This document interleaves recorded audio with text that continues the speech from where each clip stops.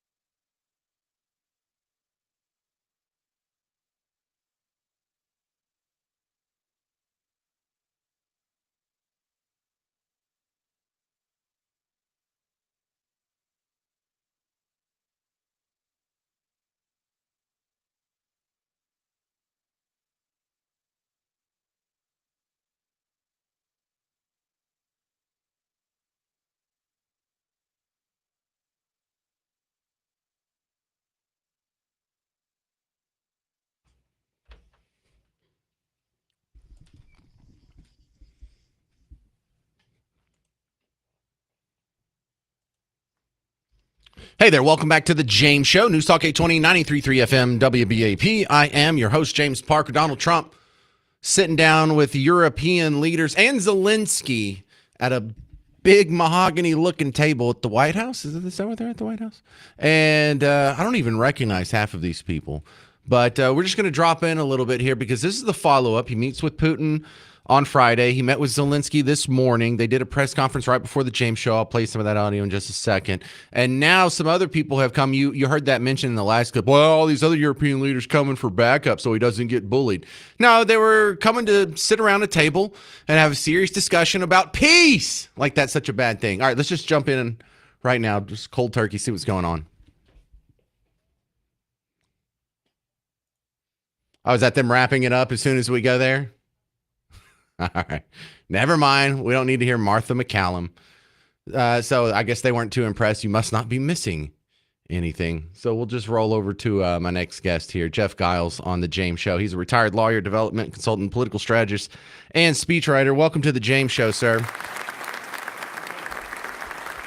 Okay, so how do you think it's going so far, Jeff? I mean, we've got a little reaction from Putin and Trump over what happened on Friday. Things seem to be sort of positive with Trump and Zelensky this morning. Your thoughts?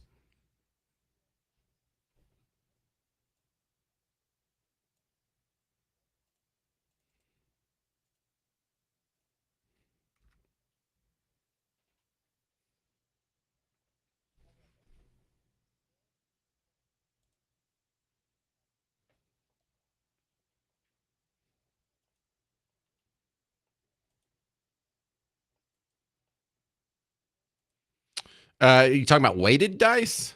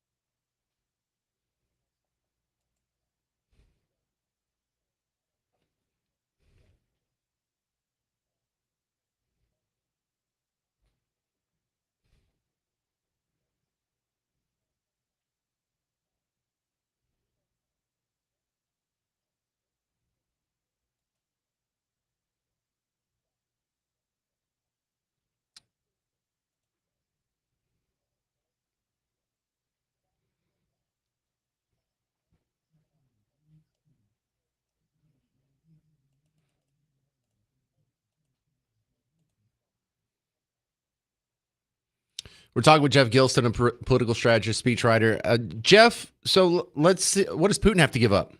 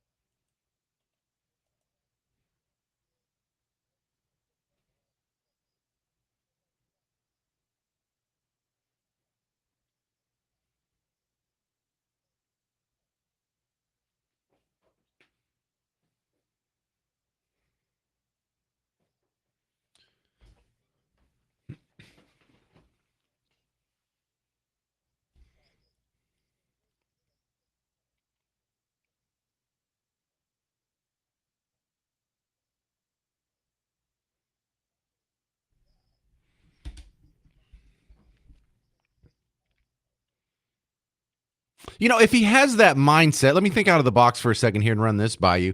Why doesn't he roll over an easier mark like a Belarus?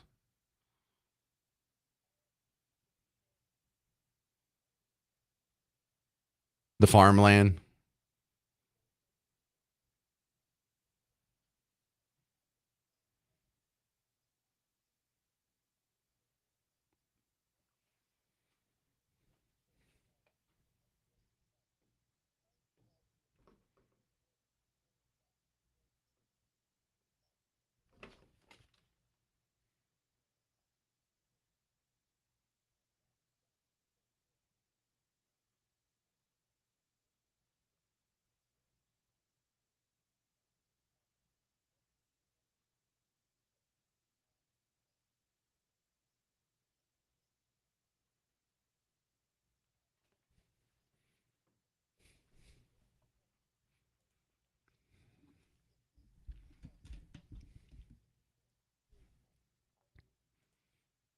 It does seem a little bit easier, though. All right. Well, good chat. Thanks for catching us up on some of that. Appreciate your insights. This is Jeff Gilson. How do we find your work online, sir?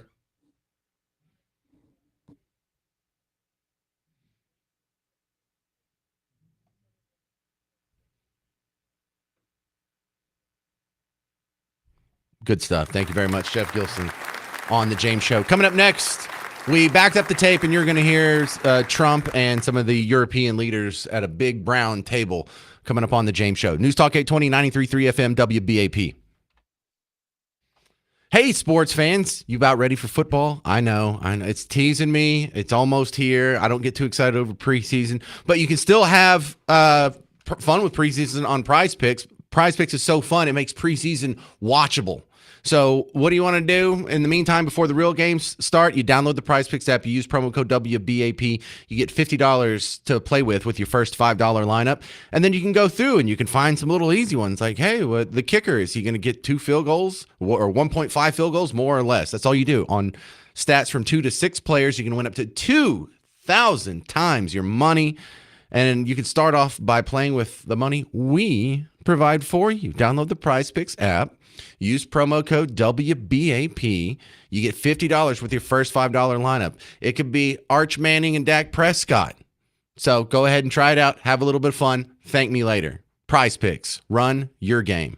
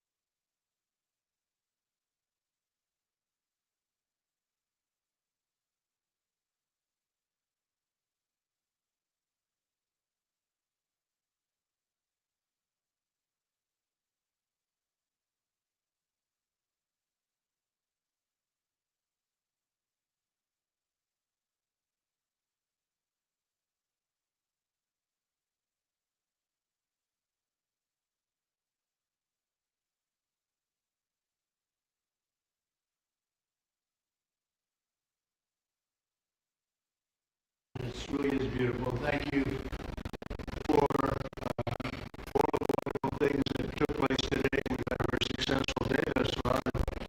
Important discussions as we work to end the killing and stop the war in Ukraine. We're all working for the same goal, very simple goal, of stop the killing, get this settled,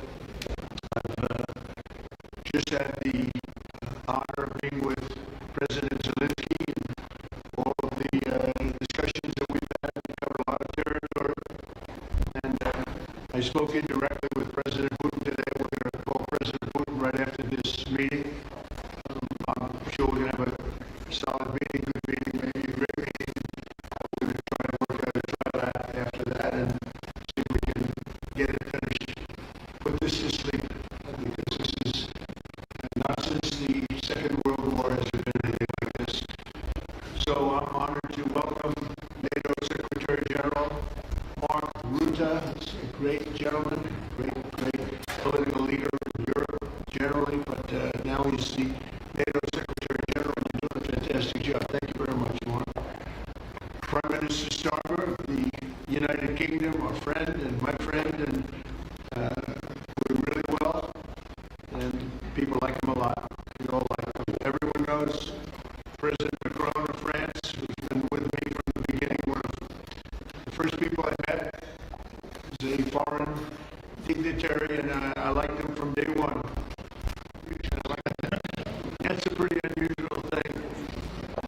Prime Minister Meloni of Italy, who's a really great leader and an inspiration over there. She's served now, even though she's a very young person, she's served there for a long period of time relative to others. They don't last very long. You've lasted a long time. You're going to be there a long time. Chancellor Merz of Germany, who is a very strong person and a very strong leader and very highly respected in Germany. And he's my friend, and it's an honor to have him as my friend. Thank you very much. Very good. You look great with your tan. What did you get that tan? I want to get a tan like that. President Stubb of Finland, and he's somebody that, where are we here? Oh, you look better than I've ever seen you look. But you've done a great job, and we wanted to have you here because you're somebody that we all respect. And you've had a lot to do with the success, I think, and the potential success. And thank you very much for being here. We appreciate it. And the President of the European Commission, Ursula von der Leyen, who is somebody that we just made a big deal with all of those countries. I don't know. I think you might be more powerful than all these guys at this table. I don't know. But we had a great negotiation, and you're respected all over the world. So I want to thank you very much for being here. It's a great honor to have you. The Alaska Summit reinforced my belief that while difficult peace is within reach, and I believe that in a very significant step, President Putin agreed that Russia would accept security guarantees for Ukraine, and this is one of the key points that we need to consider, and we're going to be considering that at the table also, like who will do what, essentially. I'm optimistic that collectively we can reach an agreement that would deter any future aggression against Ukraine, and I actually think there won't be. I think that's even overrated, largely. We also need to discuss that. President of Ukraine, we can, the people, and we can have a good night because we want to save a lot. Obviously, and President Putin can talk a little bit more about that. You know, in the 6 or so wars that we stopped, we haven't had a ceasefire.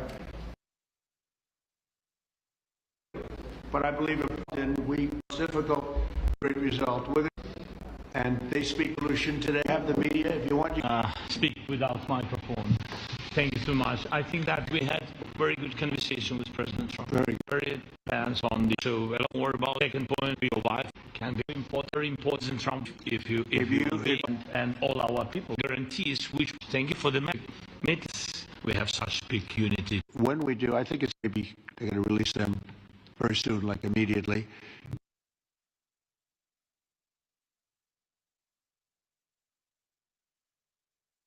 That I'm willing to participate in the security guarantees is a big step. Massive. Ursula, maybe on behalf of his friends and right. Agreed of the killing. This should be one of our. We're here for a different. Extremely. The next steps ahead are more complicated ones now. The path is open. You opened it last Friday, but now the way is open for complicated negotiations. And to be honest, we all would like to see a ceasefire, the latest from the next meeting on. I can't imagine that the next meeting would take place without.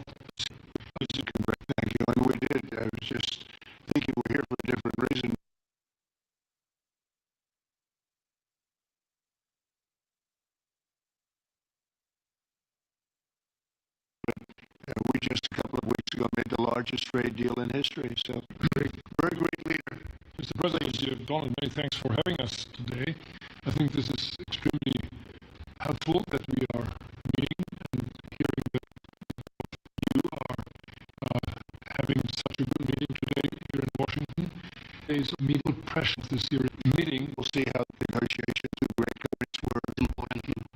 The stalling in the battlefield, which was achieved with the bravery of Ukrainians and with the unity that we all provide, guarantee justice, Ukraine. And the reason why I mentioned it, He's not committed to guarantees that the growing dialogue all supplying security today at this point. Over the European couple of around this, looking out of this meeting, is about the security guarantees, which are a big part of the 3.5. Before I finish up, I want you to say a couple of words. Go ahead. I'll take the note. But this is the first one. You can't say that very often. I mean, it's for me, of the war solution difficult, but that's why we're here. And I don't relationship with them. So we're going to know two willing points. And it's possible. You're staying there. Appreciate with European leaders, and this time including Ukrainian President Volodymyr Zelensky, all at the White House to discuss possible pathway to peace in the Russia-Ukraine.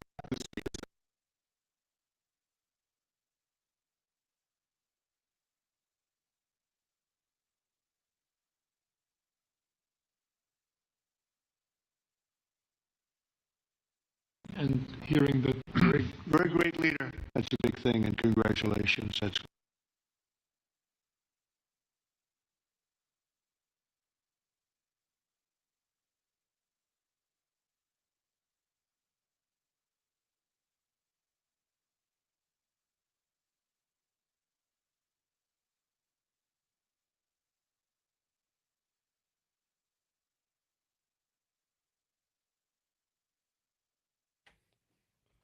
Hey there, welcome back to the James Show, News Talk 820, 93.3 FM, WBAP. I am your host, James Parker. All right, so Trump was just at the big table in a summit at the White House. You know, let's use summit with the lowercase s in this one. And so Trump is meeting now with a bunch of European leaders for the continuing talks to try and settle this whole Russia-Ukraine thing. Now, I sort of flippantly said before the break, I don't recognize half of these people. Well, my ignorance has ended. I went through and listened to most of it and skipped around. So Trump meeting with these European leaders. I did not recognize the new leader of Italy. Her name is Giorgia Meloni. And for one thing, she looks like she's 36. And I know that just makes me feel old because she might be 36. 36 isn't too old to be a world leader. Here I am way older than that. Kind of underachieving there, aren't you? So then I didn't also recognize the new fella, the Chancellor of Germany. And you're actually going to hear a clip from him in just a second. Keir Starmer, I did recognize the new Prime Minister for UK. Emmanuel Macron was there from France. The Finnish president was there. So don't feel bad if you don't recognize the Finnish president. I had never seen that dude before in my life. However, when you look at and I tried to listen to what everyone's little statement was because I can just skip through it here. Technology's great. Every single person that I listened to their whole little spiel there when Donald Trump gave them a chance to talk at the table, they just went around the table and he got to talk to each one. They all seem to be concerned about the security guarantee. That seemed to be the sticking point for everyone at that table except for Ukraine, right? And so that was interesting. But check it out. This is Merz. He is the new Chancellor of Germany. And I think this is probably the best summary of what everyone said. By the way, thank you, everyone, for speaking English. I hate trying to do this through translators, and I'm impressed, man. Because how many languages do you speak? Great. Thank you very much. Mr. Chancellor from Germany. Very great leader. Mr. President, Donald, many thanks for having us today.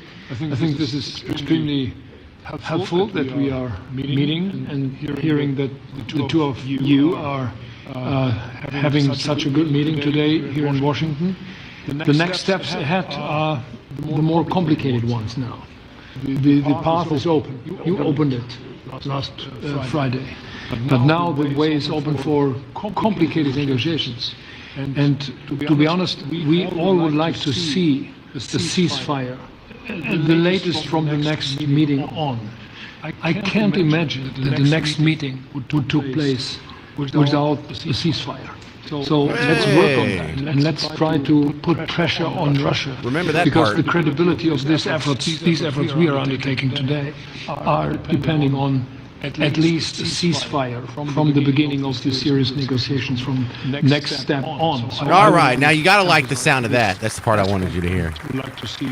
They expect a ceasefire. They think a ceasefire is imminent. In fact, they think when we come back to this table, which they expect peace talks to continue, that there's going to be a ceasefire between now and then.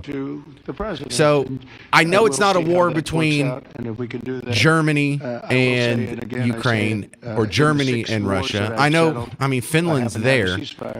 And it's nice that we have their voice since they're sort of neighbors. I mean, they're neighbors with Russia, but they're not between Russia and Ukraine or catching any of the collateral damage. But everyone seemed to be, at least publicly, on board with the idea that peace talks are going to continue, that there's going to be a ceasefire. There needs to be a ceasefire. There's going to be a ceasefire. And now we're just sort of working out the details. Now, I don't know if we can get this level of honesty or transparency from world leaders ever. So let's just take this all with a grain of salt. Maybe they're just saying what they should be saying in public. Maybe they're just saying what they want you to hear, not what's actually happening. But at least they're saying we all expect a ceasefire. At least they're saying, even if they are just covering their butts. The general optimism flows from that. The other thing I wanted to dispel is I heard this on a couple other shows, and I don't want to name names. There wasn't anybody on this station. This is what I get for flipping around. But this idea that Hillary Clinton said if Trump brings peace to the Ukraine-Russia war, that she'll nominate him for the Nobel Prize. And if you're thinking, wow, well, that sounds actually like something a decent human being would do. That's fantastic. What good news.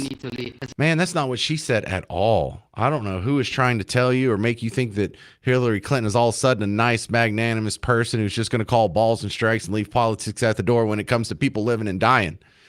No, she's far too ghoulish for that. If you just back it up about 25 seconds from where everyone else is starting this soundbite that you're going to hear probably over the next 24 to 48 hours, you would get the real context. And what it really is if Trump can do all this and magically come to terms that no one would agree to and ride a unicorn and divide by zero, then sure, I would give him the Nobel Peace Prize, or I would nominate him for the Nobel Prize. So you'll see that's not what she said at all. In fact, she's saying the opposite. She just laid out a list of impossible things and said, if he does all that, then yeah, I'll nominate him for the Nobel Prize myself. She was making fun of him. She wasn't actually being a decent human being for 5 seconds. I understand from everything I've read, he very much would like to receive the Nobel Peace Prize. And honestly, if he could bring about the end to this terrible war where Putin is the aggressor, invading a neighbor country, trying to change the borders. If he could end it without putting Ukraine in a position where it had to concede its territory to the aggressor, had to, in a way, validate Putin's vision of greater Russia, but instead could really stand up to Putin, something we haven't seen, but maybe this is the opportunity.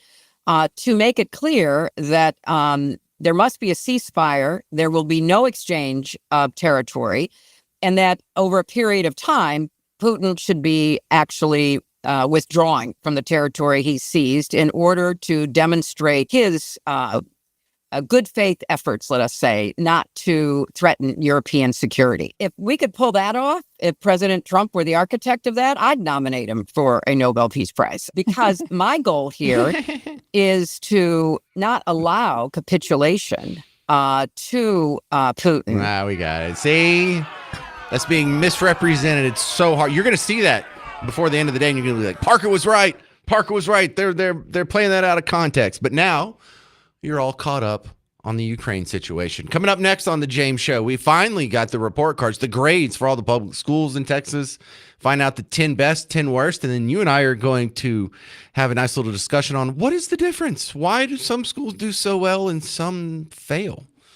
800-288-9227. I'm James Parker on News Talk 820 and 93.3 FM WBAP.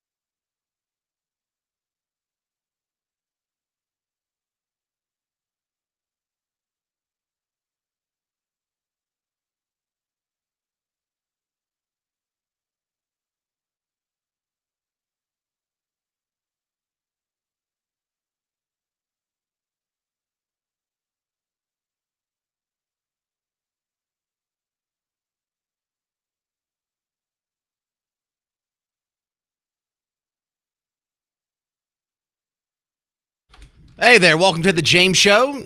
News Talk 820, 93.3 FM, WBAP. I am your host, James Parker. Well, schools finally get their grades in Texas. It's kind of ironic because they're schools and now they're getting graded and they're like, Some schools did well, some schools did poorly.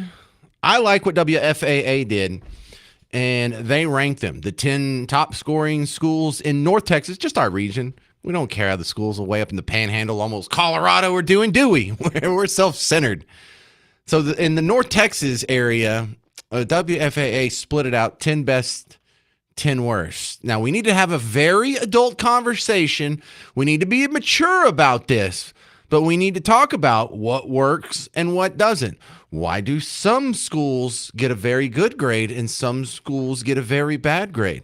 And before we even start calling in and cussing at each other, let's go ahead and run through some of the likely culprits here. Because some people, the people who already want to grow government and thinking, utopia is just another government program away, they will tell you that the biggest reason some schools do good and some schools do poorly is socioeconomic factors. Well, they're rich, of course they do better. Well, they're poor, of course they do worse. Well, why is that? What's the difference there? Does that mean the rich schools can pay their teachers more and they get better teachers? Does that mean poor schools, schools that perform poorly, pay their teachers less and so they don't get good teachers? Well, that would be easy to flesh out in the data that we have available, because now we can look at the schools that did terrible. And are they paying their teachers significantly less than the schools that did fantastic? I don't mean average. I don't mean above average. I don't mean good. I mean fantastic. And then we can compare the best schools around here to the worst schools around here to where my kids go to school in Bullard. I shouldn't have said that. Bug tussle. Pretend you didn't hear that. Just erase that. Can you hit dump? I'll hit it. There, I hit it. Sorry. I done it because I said my kid's school. We'll compare that to Bug Tussle, and then we'll learn. Because the school that did the third best around here is Lovejoy. They did the third best. Number 1 was Highland Park. Number 2, Carroll. Number 3, Lovejoy. I wanted to pick Lovejoy out because it's not some pretty much just gigantic subdivision that happens to have a school district like Highland Park and Carroll here. Lovejoy is a good mix. It's racially diverse, economically diverse. It's kind of suburb, kind of exurb, parts rural. Lovejoy, did you know they pay their teachers less than the worst performing school in North Texas, which is Lake Worth ISD? Lake Worth got a 62. 62 out of 100 was their grade. Lovejoy got a 94 out of 100. Now, if it's purely socioeconomic factors and the fact that, well, they have more money so they can pay their teachers more and they can have better facilities and so therefore that they get a better result, that's already blown out of the water on the first statistic. What else you got? No one wants to bring up race. I'm kind of hesitant to bring it up too because I can only get myself in trouble. When I go through and I look at the data, though, I think we have an incomplete score. Because what my theory on the defining factor here isn't measured in the data. Because what I think Highland Park has, what I think Carroll has, Lovejoy has, some of these other top school districts have, that the ones that don't have, number 1, isn't money, it's dads. But I can't prove or disprove my position because I don't know what percentage of kids at Lake Worth ISD have their biological mother and father present in the home, raising them as the plain old traditional, boring, vanilla nuclear family. But let's roll through, and I'm gonna list out the schools, and I want you to give me your theories. You heard my theory. I think it's dad. Some people think it's race. Some people think it's money. Some people think it's poverty or single motherhood or racism. Number 1, Highland Park. We might have guessed that. Number 2, Carroll ISD. The third best school in North Texas, Lovejoy, Savelis Bend, Huckabee, Sunnyvale, Capel, Palo Pinto, Melissa, Wiley, Argyle, Grafford. I haven't even heard of that one. And Aledo. Those are your top 10. Give yourself a round of applause. And who gives them a round of applause? The parents of those towns. Give yourself a round of applause. The 10 lowest rated districts in North Texas. Number 1, Lake Worth. Then it goes to Greenville, Gainesville, Bridgeport, Poolville, Kemp, Commerce, Corsicana, Crandall, Venus. Your theories. Why? Why do some schools do better than others? What are the good schools doing right and the bad schools are doing wrong? Is it even up to the schools or the teachers? Is it purely a function of the society around them? We're going to have a very grown-up conversation about that coming up next on The James Show. 800-288-9227. 800-288-9227. I'm James Parker on News Talk 820 and 93.3 FM, WBAP.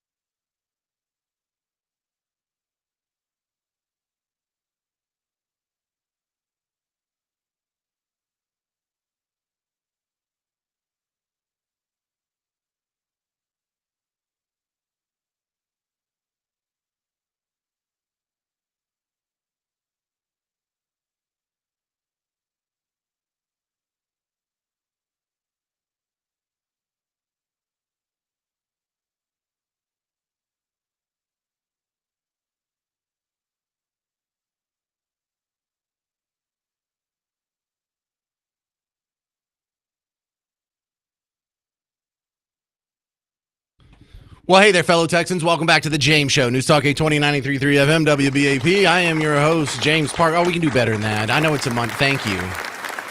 God, got to beg for applause on my own damn show. But look, as not only a property owner and therefore taxpayer who's getting gouged every month for these taxes, I also have 4 kids in the public school system here in the great state of Texas. So I am super interested in hearing their grades. Now, Texas had blocked, or not the entire state of Texas, but the school system had blocked releasing their grades. It's like, no, here, we'll evaluate them. And then they evaluate them. They're like, we changed our mind. We're not going to release them. Sounds shady, right? Why don't they want you to know how they're doing with your tax dollars? So we finally got some grades, and we're reviewing the top 10 versus the bottom 10 performing school districts just here in North Texas. You know, I don't really want to compare us to people in El Paso or down in McAllen or way up in Amarillo or Canadian, you know, that little town. But I found some interesting stuff that I thought you would be interested in the data. Now, you can jump in at any time and give me your theories on why some school districts do better than others, 800-288-9227. But I'm going to share with you some things that I have heard from teachers out there. My sister is a teacher. I have 2 ancestor teachers. My grandmother was a teacher. Miss Parker was a teacher for a few years there back in. Miss Parker. So believe me, I know teachers and I know what they talk about and I know what they say. But would you be interested to know that Highland Park, the #1 rated school district in all of North Texas, on average, pays their teachers less than the school district that does the worst, Lake Worth? Isn't that kind of mind-blowing? Because I can see how it's counterintuitive. You know, you would think, well, these poor school districts, they do terrible. They don't have the money to pay the teachers, and all the teachers go to the good school districts because the good school districts pay more. What I've learned from teachers is that pay is only a part of it. They would gladly take a pay cut if it meant fewer disciplinary problems. They would gladly get paid less money if it meant the parents were more helpful. They would gladly take less money for a better experience.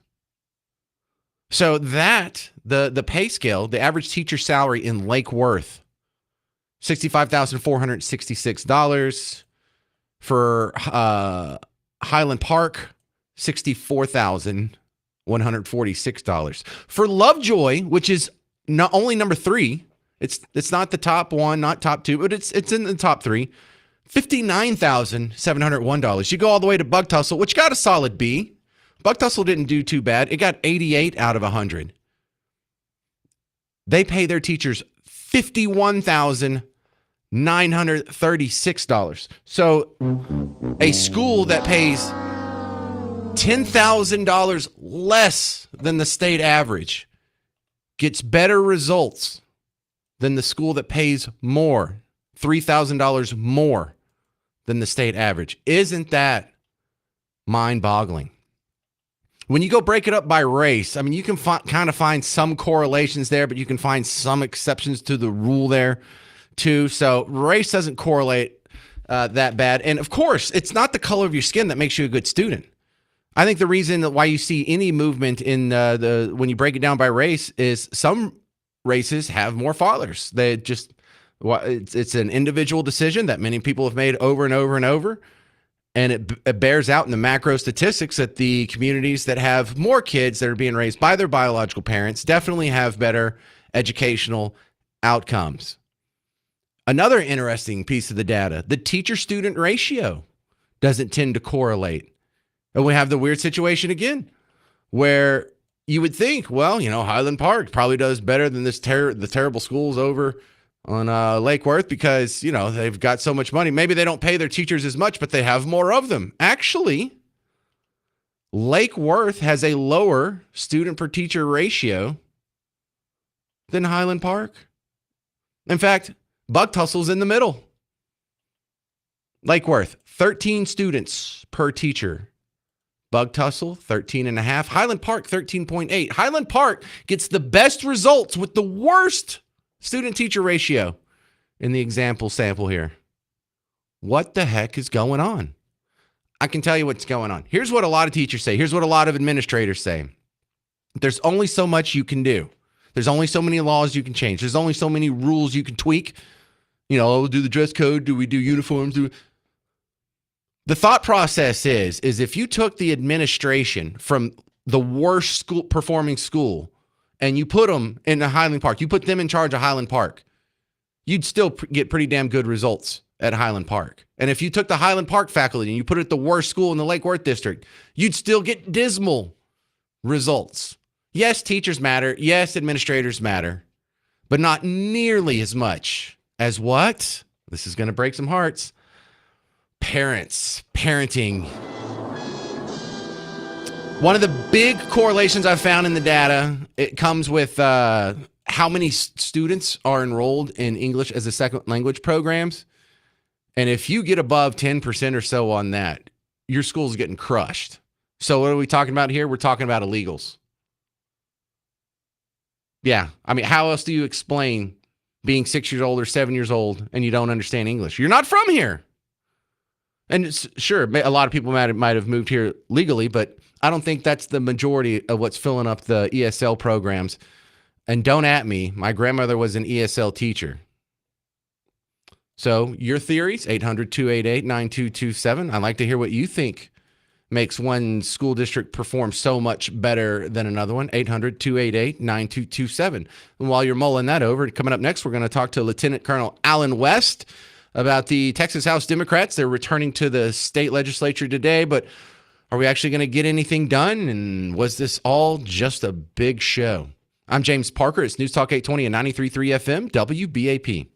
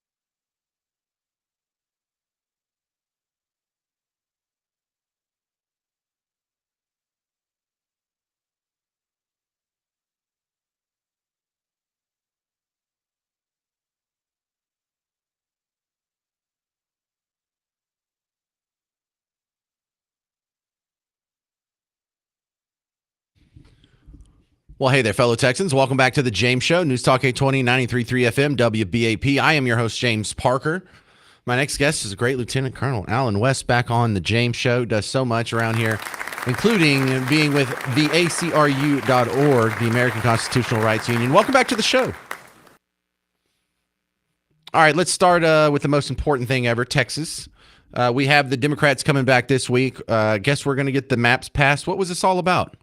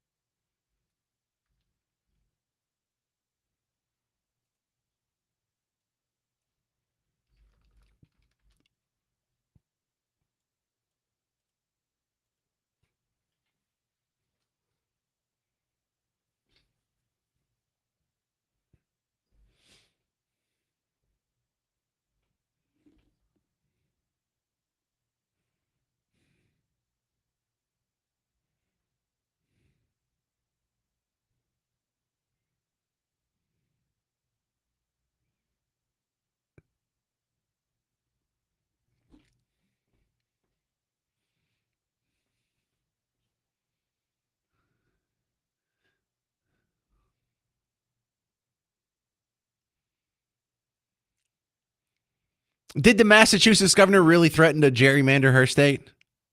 That's hilarious.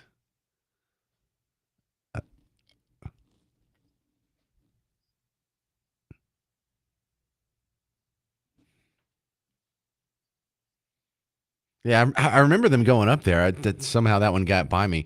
Lieutenant Colonel Allen West, do you think that Democrat voters are kind of scratching their heads saying, hang on, you're going to flee the state for redistricting, but for all these other priorities, and I don't know, these aren't our priorities, but their priorities. They didn't flee the state over the abortion law. They didn't flee the state over DEI. They didn't flee the state over transports. They didn't flee the state over THC bans or all these other things that you would think would be far more important priorities for the Democrat voter. Do you think they feel a little left out?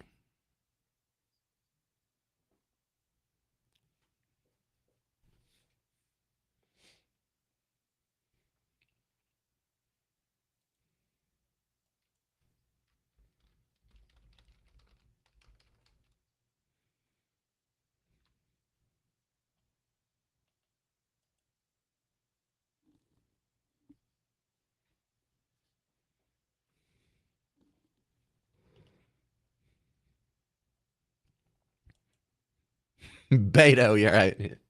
Love that. Right? Bob Frank.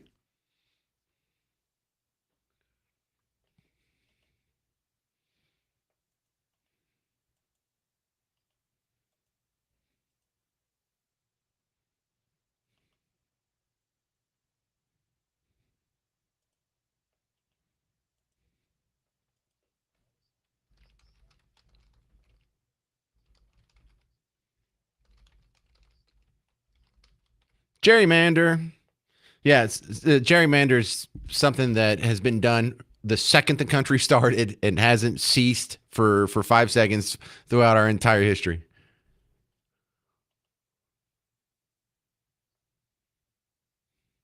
Yeah, there you go. Right. The original name, gerrymandering. Okay, so we're talking with Lieutenant Colonel Allen West. You seem to be quite busy these days. You're still with the ACRU and the Dallas County GOP at the same time?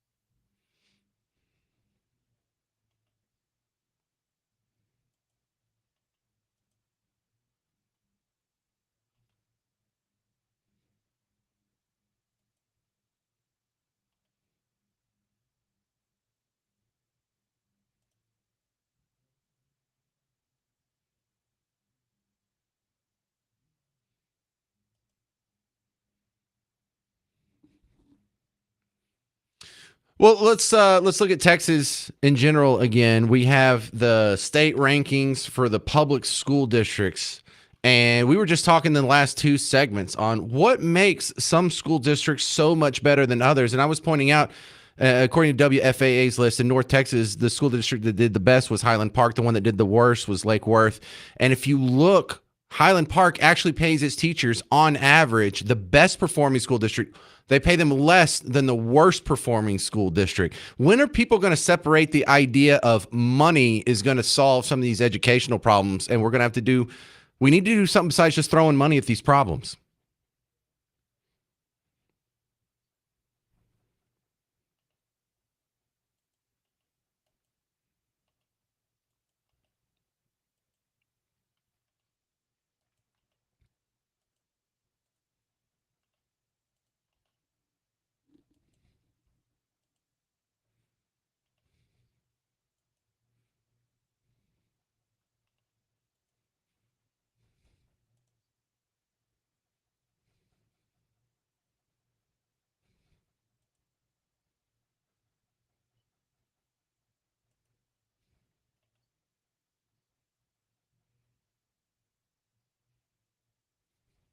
All right, so what events you got coming up? Anything the public would be interested in?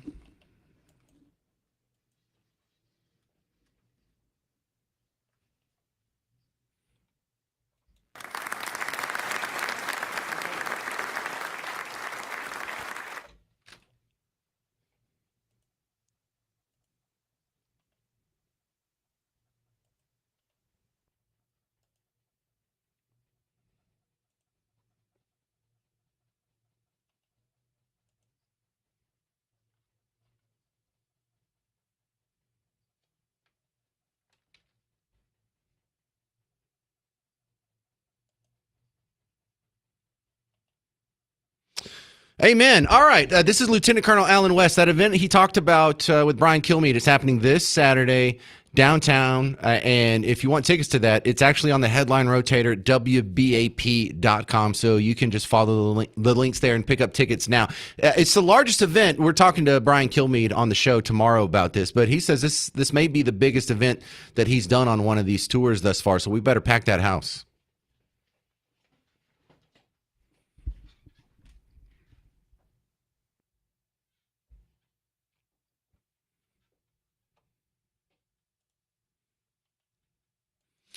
Thank you very much, Lieutenant Colonel Alan West. Appreciate your time on the James Show yet again. See you around. You want to know what a nice guy Lieutenant Colonel Alan West is? He actually remembers my name when I see him in events now.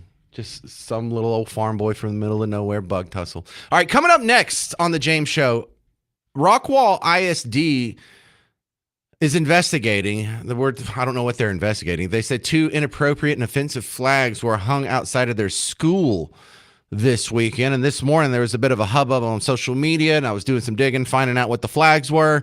Find out next on the James Show. 800-288-9227. It's News Talk 820 and 93.3 FM WBAP.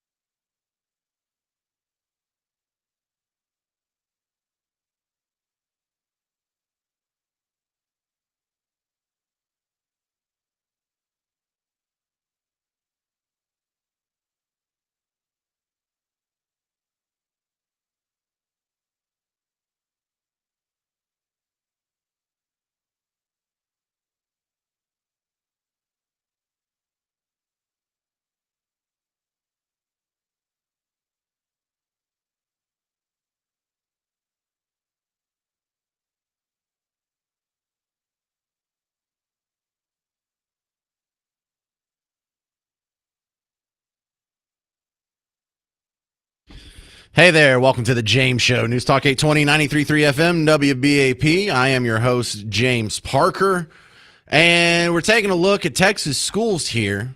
You know, the reason why there's a big chunk that comes out of your mortgage payment every month is tied to this. You're paying for this. Are you getting the results that you paid for? Is the money even the deciding factor? Because one of the things that I pointed out is as soon as I get these lists, this is the kind of stuff I look at. The best performing school district, their teachers have a lower average salary than the worst performing school district in North Texas.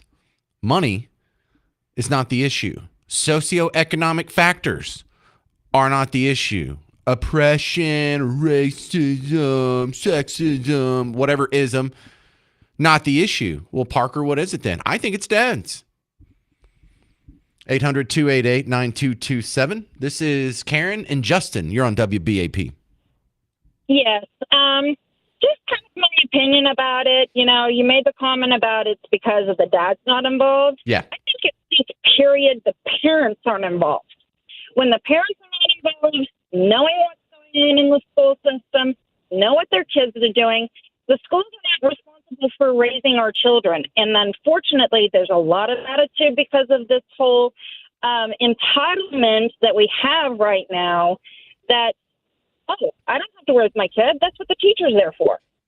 Yeah, there's a little bit of that. And you have a totally sympathetic ear on the idea that there's a bunch of parents who are together who are still doing a terrible job raising their kids.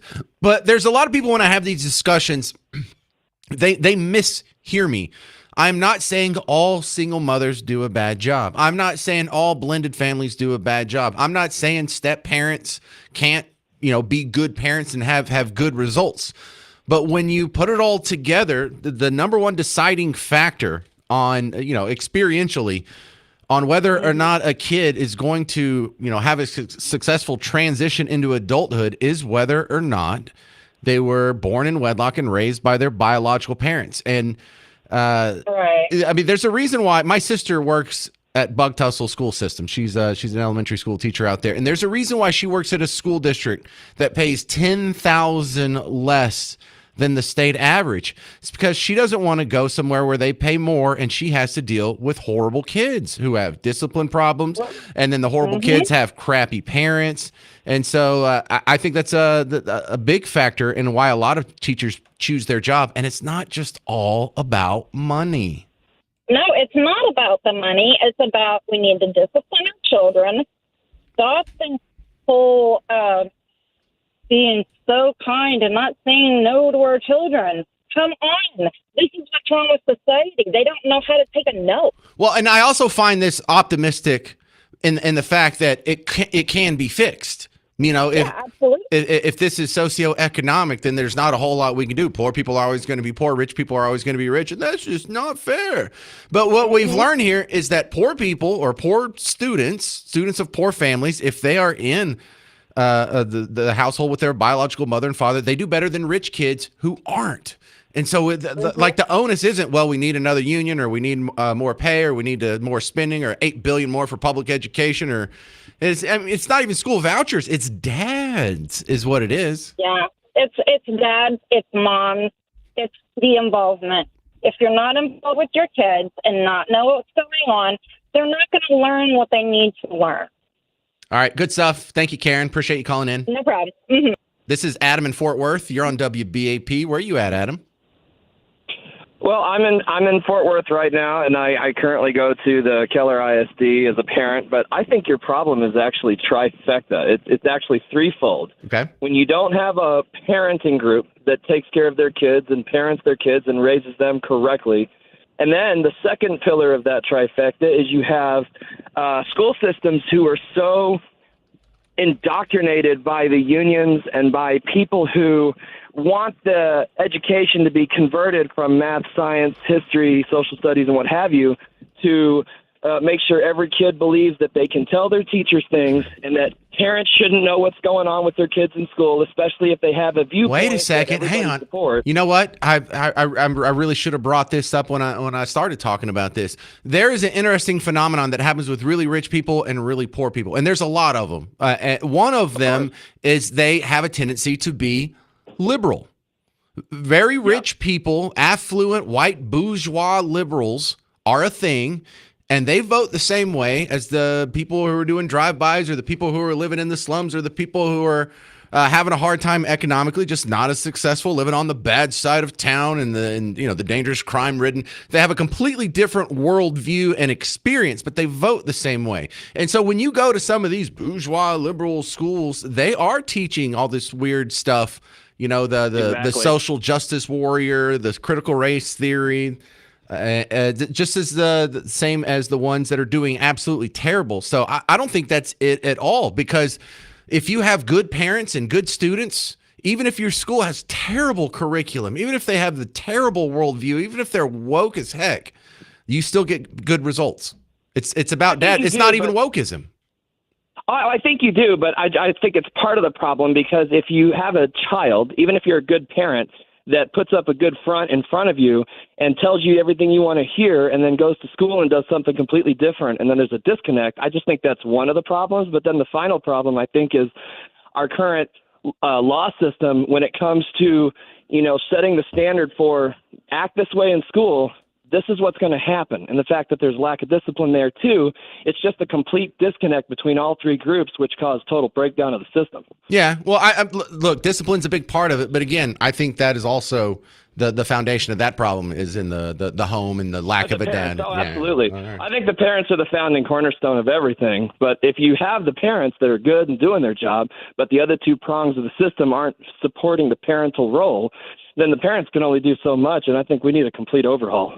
Well, good chat. I appreciate you calling in. This is Adam in Fort Worth, killing it on the James Show. Thank you, sir. Coming up next, David Hamilton, National Security and Economic Center at UNT, he's our foreign policy wonk. He's going to give you what he thinks the progress looks like now that we've had the Putin meeting, the Zelensky meeting, and the meeting with the European leaders. He was just watching that, and he'll break it down for you next on the James Show. If you have any calls on the school system, 800-288-9227. We'll get back to your calls after David Hamilton next on the James Show. News Talk 820, 93.3 FM, WBAP.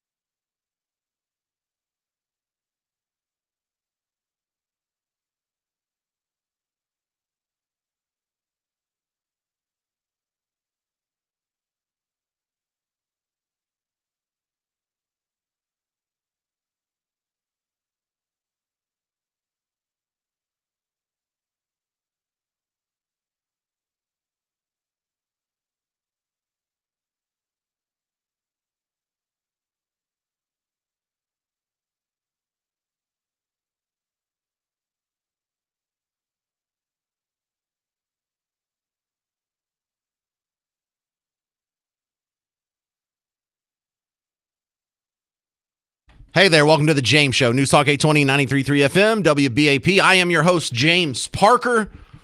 One of my regular guests, a foreign policy wonk, coming on the James Show, David Hamilton from the National Security and Economic Center at UNT. Comes on so much, I have that memorized. Welcome back, David Hamilton. Do we have David? Oh, there you go. Hey. So, look, you're my guy who has inside info on what's going on with Russia, Ukraine, and all this foreign policy stuff. How do you think this is going so far? The meeting with Putin on Friday, Zelensky this morning, the European leaders right as the James Show started. Your thoughts? Janae.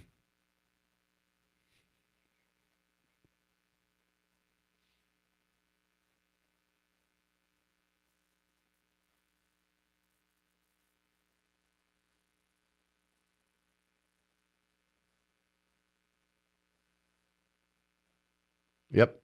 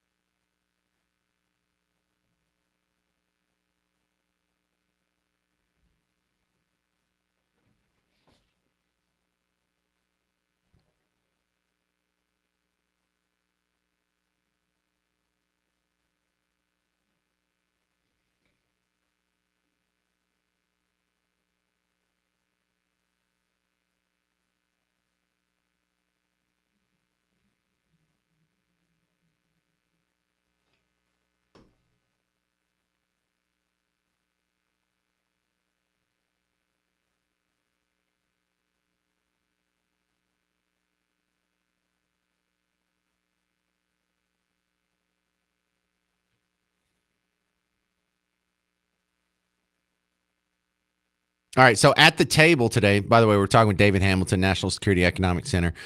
At the table today, he talked to Zelensky and then brought in a bunch of other people, and they all had this sort of round table discussion that, I don't know, looked like the conference room.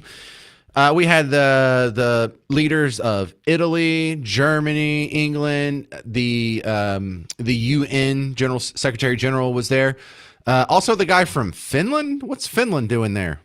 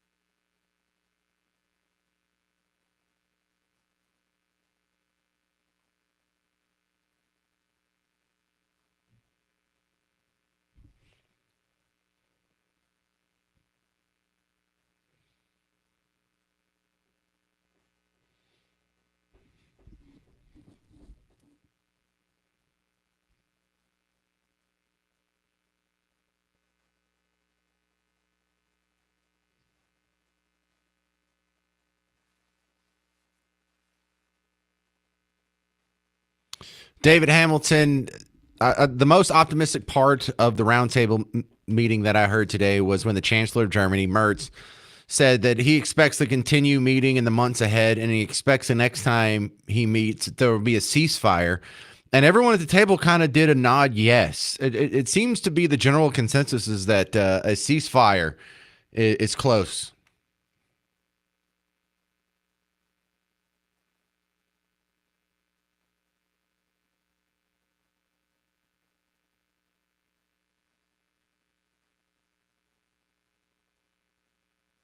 Yeah, Germans in war haven't really gone too well together in the last century or so. David Hamilton, how do we find your work online? Hey.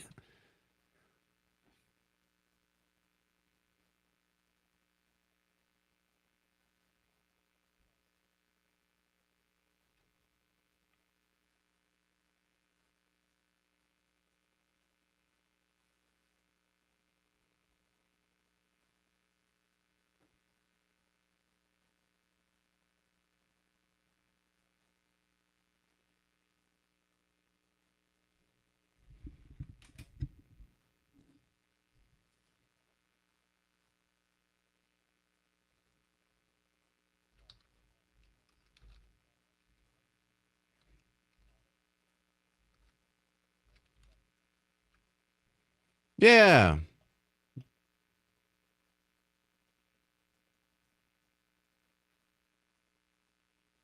Good. Yeah, I went to your last event. I was very impressed. I love going to that kind of stuff. I'll see you again. What was that, September 13th? Is that what you said? Is Petraeus going to be there? Okay.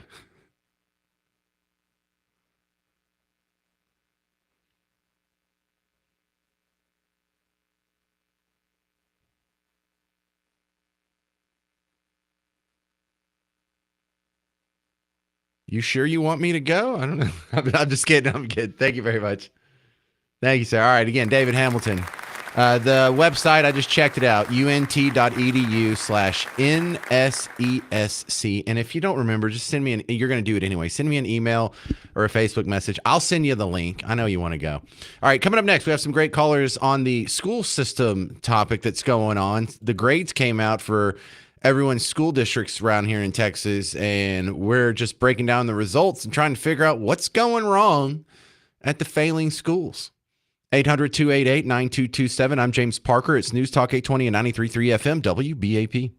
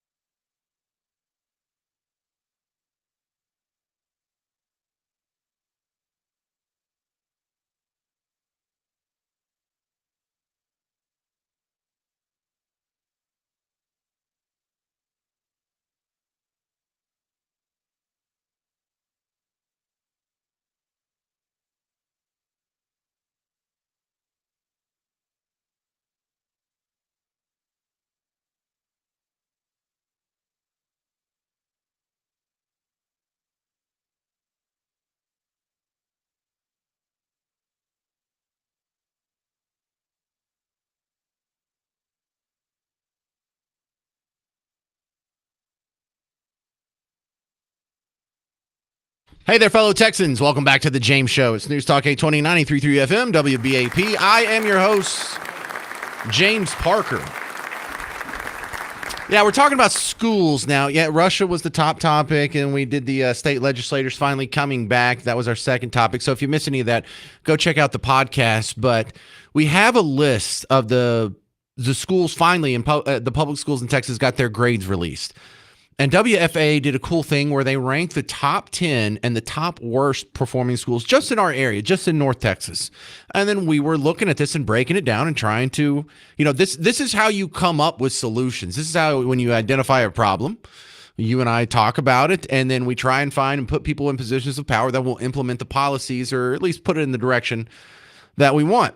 Now, some of the obvious things that get thrown out all the time is, well, they need more money. Our public schools are underfunded, and so all the rich schools get all the money and all the poor schools get no money, and so of course it's not fair. Of course they don't. And I don't like that, and you don't like that, because it absolves the students and really, by proxy, the parents of any guilt. No, the parents didn't do anything wrong. It's just a lack of funding. That's the problem. No, the parents didn't do anything wrong. It's just racism or sexism or some random form of bigotry. It's outside of their control, and these other people have agency over them, and that's why. No, that's not it. That's not it. At some point, I'm wanting the general consensus of the American public to admit that the number one determining factor on whether or not a school is successful are the parents of the students in that school. Is that so hard to admit? Because for some people it is. For some people, self-accountability or any kind of accountability for protected groups, it's just not a thing. Poor people, no, they can't have done anything wrong. They're obviously downtrodden. They're obviously oppressed. No, they're not. Also in Round Rock, there was one, this was such a silly story. On Saturday morning, someone saw hanging off one of the schools in Round Rock. Was that Heath High School? I don't know all their schools. Someone hung some flags off the top that had swastikas on them. And look, swastikas are bad, and everyone agrees we shouldn't be doing that. But the way it's being reported on, man, yeah, Rockwall Heath. That's right, Rockwall Heath. I did have the high school right. That they're like, this is some anti-Semitic signs. It's like, well, that's not the only thing they did.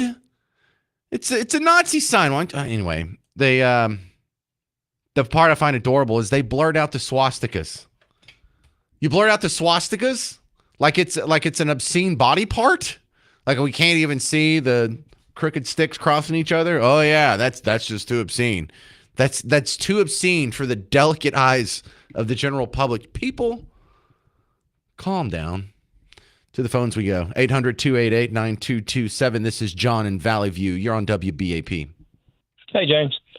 Something I don't know if anybody's touched on yet, but a lot of your better teachers, the ones that value education, where they're going to migrate to your schools to have a better education system, even for less money, because they're raising their kids there.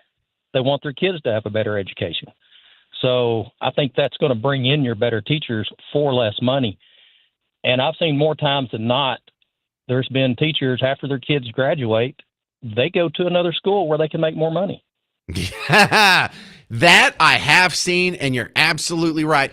But again, I'm not saying you're wrong. I'm saying the backstop to all this isn't throwing more money at it. It's not, or it's not blaming someone who colors outside the lines of wokeism. It's not some sort of policy that can be tweaked and changed. You're just stuck with the parents of the community of that school. Absolutely. And the disciplinary is definitely the top driver, but that's where you're going to take your kids. And so also, what does this mean that we can do in the meantime? And we're not going to fix bad parents. We're always going to have bad parents. We can try and minimize it. We can, certainly adopt policies and social norms that would have less of a prevalence of bad parents. But what a great argument this is for school choice, because if you happen to be one of the few good parents in a school district where you're overwhelmingly dominated by terrible parents, wouldn't it be nice if you could escape the prepaid government monopoly that is the socialized school system? Absolutely. But that's a great point. I'm glad you called in, John. Valley View. Appreciate it, sir. All right. Thanks, sir. This is Harry in Walburn. You're on WBAP. Yes. I graduated Highland Park in 1973, many moons ago, and back then when it was a suburb. classes I'm just that were- kidding. Pardon? Back when it was a suburb. Yeah. No, it was still surrounded. Anyway, we had classes. We had math, reading, literature, art, music, foreign languages, physical science, social studies, on and on and on. But we didn't have any indoctrination type, wokeism type classes. And I think part of it too, the parents are really big. I get that. Everybody's gone there. But I think also we had 5 television stations back in the day. We didn't have 300 of them spouting different things. So a lot of the kids learn from TV or social media or things, and that's where they're picking up a lot of things they're not really getting in school. And I think it's partially parents and partially what's taught in a lot of the schools. Well, Harry, the kids at Highland Park, Carroll, and Lovejoy have access to the same 400 TV channels and infinity watching options online as the kids who do go to the terrible schools. I agree, and I think the parents there are the big difference. Said earlier, the parents are the big difference, and if you have good reinforcement of parental skills and passing that on to the kids, that's big, and good teachers too. Well, So how it's do you kind of a fix that, combination. Harry? That's your concern. What do you do to fix the fact that kids are watching too much TV or have too many options where they're learning bad stuff or not learning at all? Well, I think that goes back to having parents you got to have some boundaries. And that's tough to do because kids want to do what the other kids are doing, and maybe they're learning things that their parents didn't, and their parents can't keep up with the science or with iPhones and technology, and the kids they're really tied into it. So it's tough. I don't know that there's an easy answer. Definitely not. But hey, I think you're on the right track. This is Harry in Walburn. Thank you very much for calling WBAP. Do you have a solution? 800-288-9227. Because why do some schools do so much better than others? Coming up next, a dating app is having to pay millions in a class action fraud case. I knew those things were shady. Hear the truth behind sketchy dating apps next on The James Show. News Talk 820, 93.3 FM, WBAP.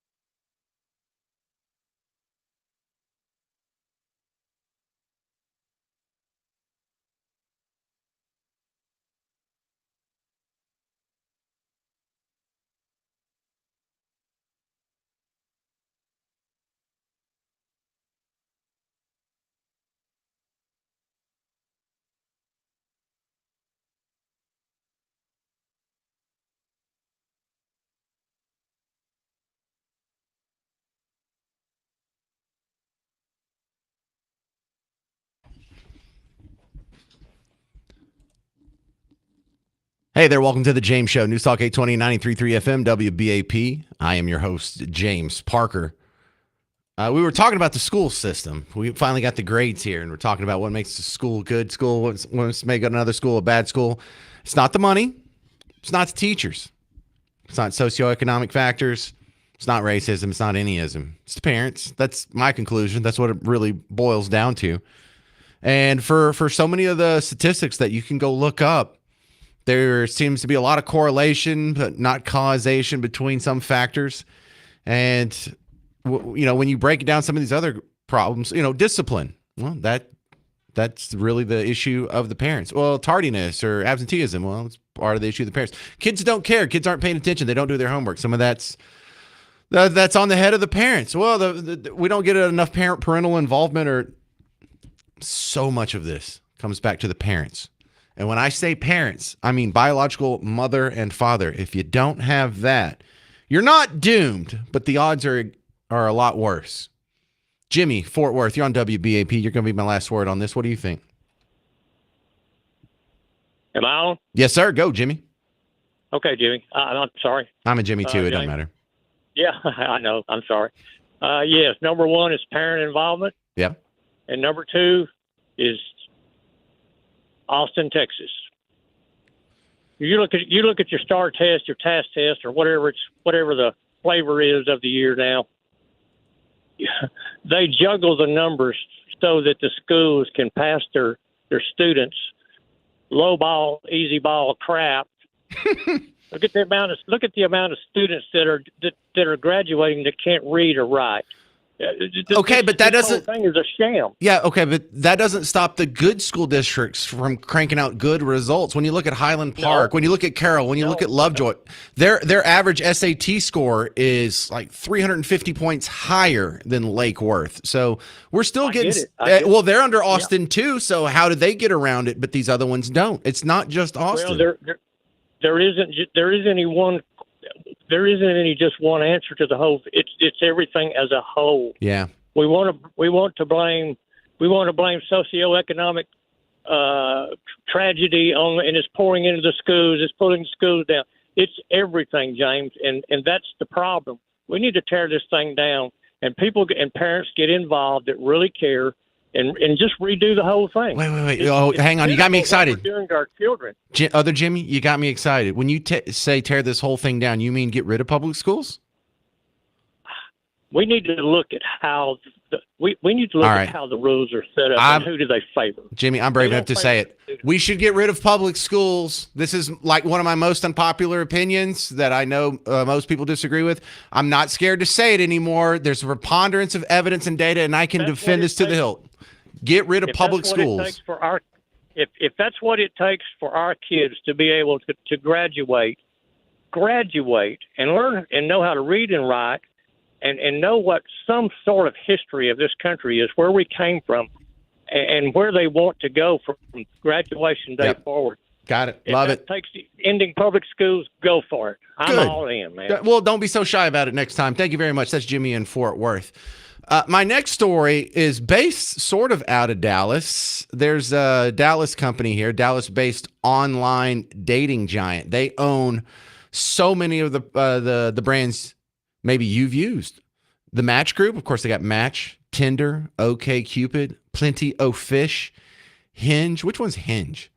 Well, they have to pay a $14 million settlement, and they also have to change how they market and manage their subscriptions. Federal Trade Commission just slapped them down with a lawsuit. And the basis of this is that they tricked hundreds of thousands of people into paid subscriptions because you would set up a profile and you would supposedly go through and check the ones that you liked, and the people that liked you back, you would get a message saying, hey, would you like to find out who all likes you? Well, get a subscription. We'll let you know. Now, what's wrong with that? A lot of the matches were from bot accounts. Match knew that, and they didn't do anything to get rid of the bot accounts because they were tricking people into signing up for subscriptions. And then once they were in the system, Match made it kind of difficult to get out of the system. You ever try to turn off your cable before, or your satellite? I remember I unhooked one of the dish companies, And it took forever. I'm like, y'all are doing this on purpose. So I'll just hang it. Yeah, they kind of do make it difficult to unsubscribe. Well, Match made it a little too difficult to unsubscribe. But we also found out things that you probably suspected and a lot of us kind of had confirmed by, remember the Ashley Madison scandal that happened like a decade ago? Where they came out the database of users to Ashley Madison was the website where people used to hook up to have an affair or think that they were hooking up to have an affair. And I used to joke that Ashley Madison is probably 20 million dudes and like 4 women. And that was my joke. My joke wasn't far off. It was like 2 million dudes and 4,000 women. It was bad. It was absolutely bad. But we also kind of had that confirmed with this story. These dating websites are just swamped with the guys, and there's not nearly enough women to go around. So what does that mean? What does that mean when you turn off this story and you look out your window? Because men and women are all using dating apps, and they all gripe about them, but men have a legitimate gripe. There's not enough women to go around. They just get turned down, and they're still having a hard time. Now, women, when you gripe, you are outnumbered like 20-1 by guys on some of these dating sites. And if you can't find a guy that's good enough for you, maybe you have an unreal expectation on where you fall in the dating hierarchy. Because I shudder when I hear about the studies that show the top 10% of men get 80% of the women. Like 80% of the women are only interested in the like top 10, 20% of men. And so what do the rest of the other 80% of men do? Well, they don't ever get swiped on. I don't know if it's right or left. I met Miss Parker before dating apps were really a thing. So I'm kind of too old to have made that trend. But that's the scary part. And then you have on the other side of the spectrum, men will date 80% of the women, but they don't really want to, marry them and have a relationship. They'll just, and I use date as doing that. Yes, a lot of heavy lifting there. So if you're a man, women are just shooting you down all over the place and they're not interested in you. If you are a woman and you're not in that top 10, 20%, then you're just being used. I'm glad I missed that. 800-288-9227. If you have anything to add to that, I'm glad I found mine the old-fashioned way. Manually, at a party, I went up and I talked to her. I gave her some funny lines. I made her laugh. I got her a drink. We chitty-chatted on the patio at a friend's birthday party. That's how I did it. Coming up next, we're going to play Dead or Alive. And I'm pretty excited about today's game because I made it themed to the show. This is going to be famous teachers, and it's all from TV shows and movies, so shut up. But we're also, I'm excited about the prize. We're playing for 4 tickets to see the Texas Rangers take on the Cleveland Indians. Still calling them Indians. Saturday, August 23rd. That's this weekend at Globe Life Field. It's a Saturday game, so you can go. And the first 20,000 fans in attendance get a miniature replica of the Adrian Beltre statue, the one that they just put outside the stadium. You can get tickets at TexasRangers.com, or if you want to try and win some from me next on Dead or Alive, call right now, 800-288-9227. It's The James Show, News Talk 820, 93.3 FM, WBAP.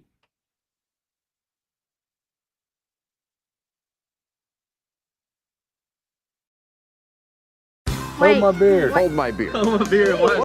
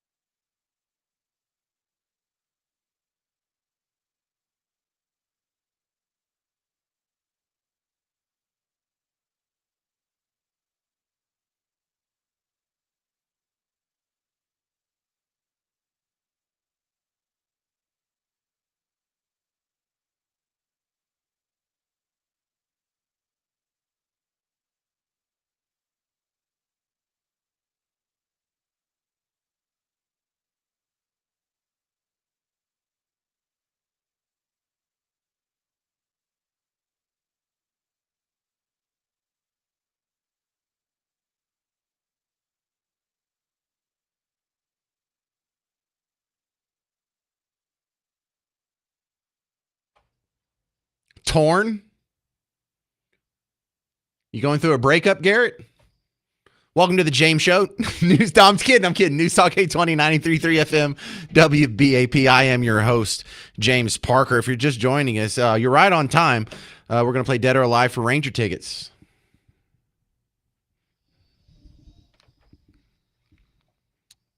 Yeah. Thank you, Mr. Jovi. Welcome to Dead or Alive.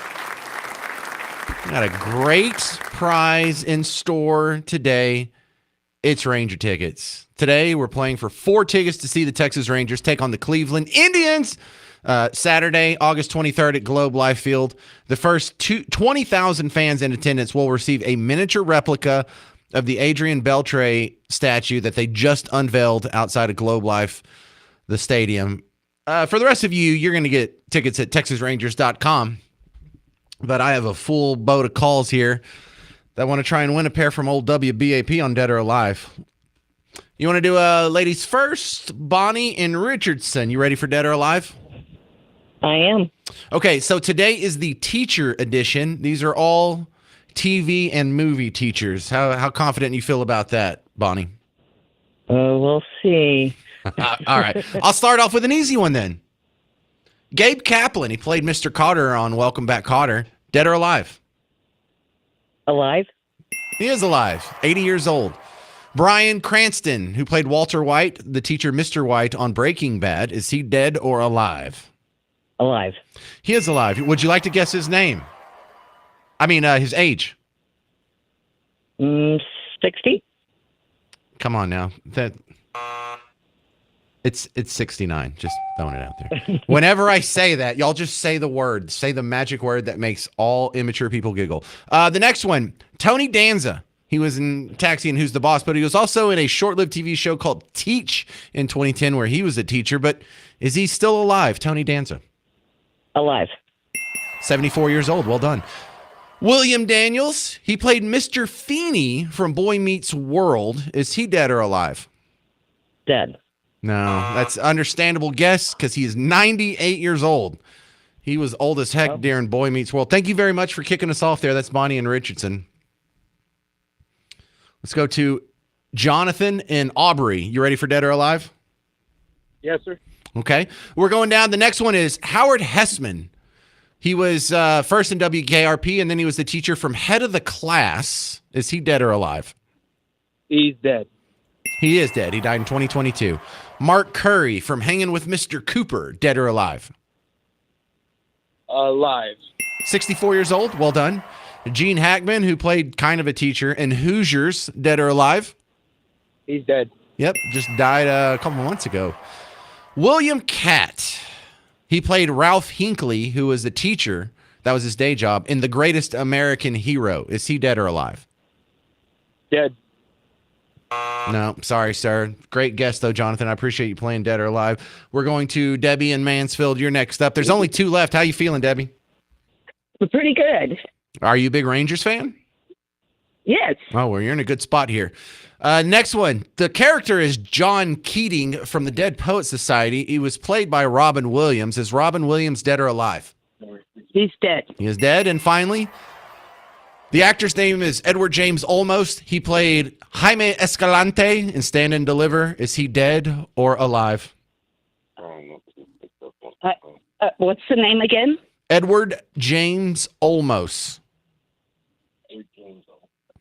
He is dead. Excuse me. Did you say dead? Yes. Hate doing that to people. Oh, God, shoot. Debbie. So I guess it goes to Cody. Cody, you want these tickets?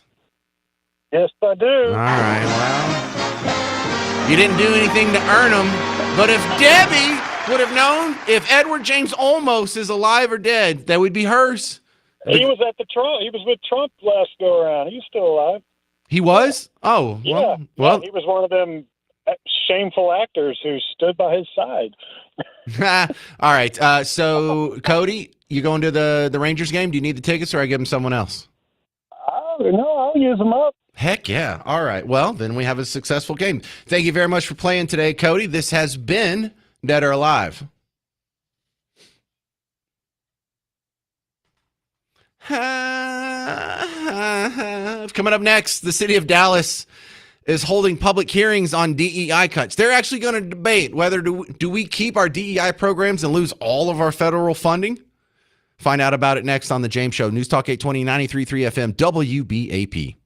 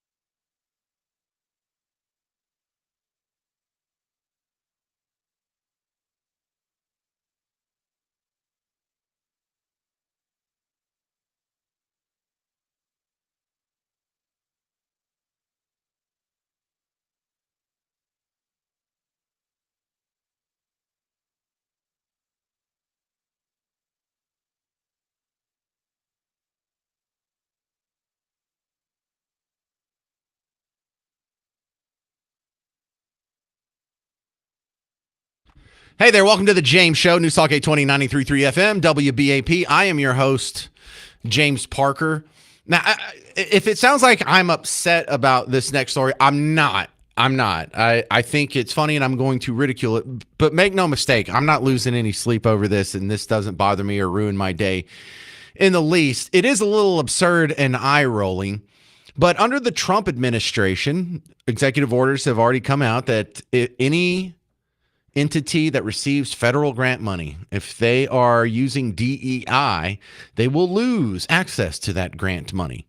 And so that is a unit of control. You know, anytime you get the government, federal government, state government, local government to pay for something, what you're really saying is, in exchange for this money, I'm going to give you control over me. Because now whatever the grant was for, it's probably not even related to DEI. The grant could be for a new highway or a new park or, I don't know, some flood water mitigation system. They can withhold that and make you either have DEI or not have DEI. So that's the ugly part of it. We'll talk about that another day. We're already living in this world. And Dallas, the people in charge, not you and me, but the city leaders, haven't quite decided if they're going to comply with this. What's more important? Getting more money? Because you think the most important thing to all politicians is getting as much money from the taxpayers as they can. Whether it's through local property taxes, their benefactors in Austin, or their overlord puppet masters in D.C., they're always wanting to get money. They're not so sure about this one, though. They're like, I don't know. I don't know if I can quit discriminating against white people and Christians and men and straight people in exchange for money. I think discriminating against people like James Parker is far more important than the millions and billions of dollars we get in taxpayer grants to help all the citizens of Dallas. It would be, we're thinking about continuing discrimination based on immutable characteristics, so we can, whether or not we get this money. It's like, damn, how much do you people hate me? Because look, is there any other explanation for a DEI program other than it's just anti-me? Is there any program that's DEI that's not anti-me?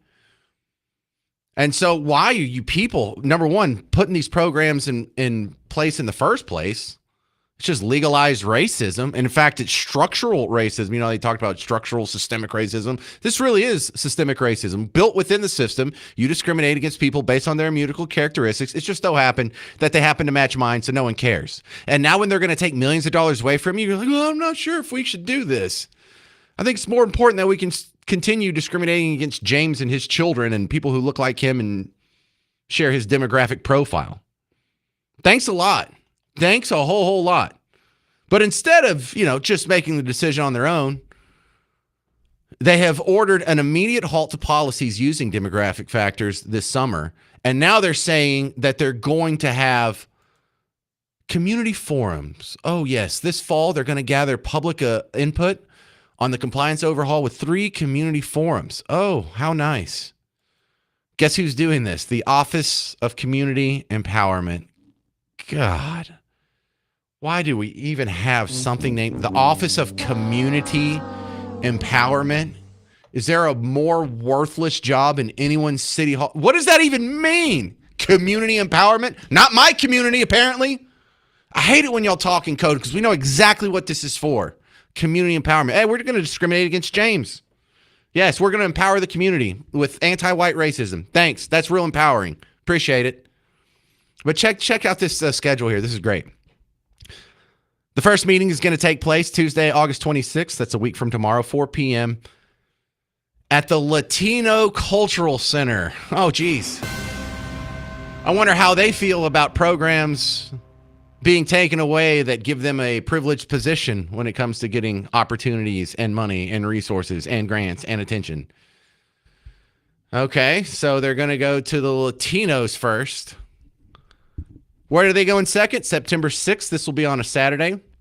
This will be at the Martin Luther King Community Center on Martin Luther King Boulevard. So they're going to another demographic that has been getting favorable privileged treatment under DEI programs that are going to lose that advantage. And then they're going to show up at these meetings and they're going to be like, they're victims. Like, can't they take this away from us? If you've been getting special treatment, equal treatment can feel like discrimination. It's not, though. The final session scheduled for Tuesday, September 9th, 6 p.m. at the West Dallas Multipurpose Center, 2828 Fish Trap Road. So, yeah, we're going to go to everyone but the people who are going to, who are being discriminated against by DEI programs. You don't want to go to, I don't know, maybe a white community or maybe a male community or maybe a Christian community or maybe a straight community or no, you're just going to go to the people who are getting preferential treatment and ask them what they think about getting rid of DEI programs. I can tell you what they're going to think. They're going to think it's bad. They're going to think it's racist. They're going to act like they're victims. They're not. These people, it's like when they said in The Matrix, they're so used to the system.